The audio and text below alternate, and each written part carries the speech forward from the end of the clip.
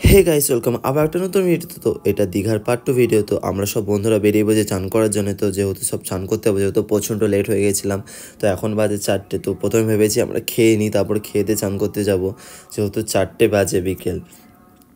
তো আমরা যেহেতু হোটেল খুঁজছিলাম না, যে হোটেলটা দেখছিলাম ওই হোটেলটা ভেঙে দিয়েছে। তো আমরা নতুন একটা হোটেলে এসেছিলাম, যেহেতু এখানে খাবো, প্রচণ্ড খিদে পেয়েছে, তো থাকতে পারা যাচ্ছে না। সকাল থেকে না খেয়ে আছি, জাস্ট এই কচুরি খেয়েছিলাম ওই যা।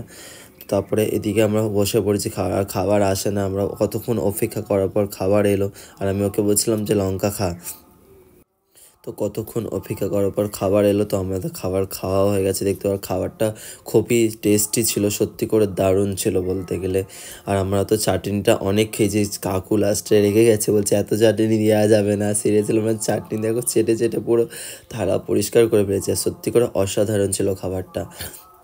আর এত খেয়ে নিয়েছি, আর হাঁটতে পারা যাচ্ছে না, যেহেতু আনলিমিটেড ছিল। তো আমরা অনেক খেয়েছি বুঝলে। তো তো দেখতে পাচ্ছ দীঘার বিচ। আর এখানে প্রচণ্ড লোক মানে কমে গিয়েছিলো, যেহেতু 5:30 4:30 বাজে। তো লোক বেশি ছিল না, তো খালি ছিল। আর সমুদ্রের জল পূজা একদম গায়ে গায়ে চলে এসেছিলো, পাথরের গায়ে। তো আমাদের নামতে খুব অসুবিধা হচ্ছিলো, যেহেতু আমার একটু পায়ে পাটা কেটে গিয়েছিলো। আর একটা বন্ধু ছিল, ও তো পুরো পাছা পাছা পুরো কেটে গিয়েছিলো। তো এখানে আমরা জুতোটা রেখে দেবো, যেহেতু আমরা খালি পায়ে আসিনি, যেহেতু প্রচণ্ড গরম ছিল। তো আমরা খালি পায়ে আসিনি। আমি এখানে কিছু ফটো তুলবো, তারপর আমি ফোনটাকে জমা দিয়ে তারপর আমি আবার জলে নামবো। তো বলছিল জলে নাম।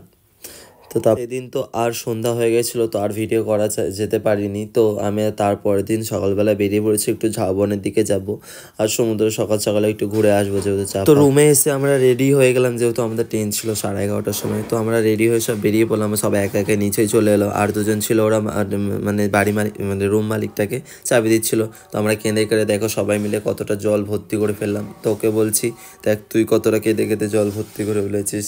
আমরা সবাই মিলে কেঁদে কেঁদে কতটা জল করে ফেলেছি, আর খুবই মিস করছি যেহেতু।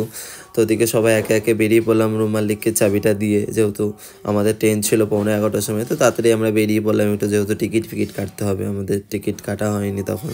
তো সবাই একে একে গুটি গুটি পায়ে আমরা বেরিয়ে পড়লাম, আর দীঘাকে খুবই মিস করছি।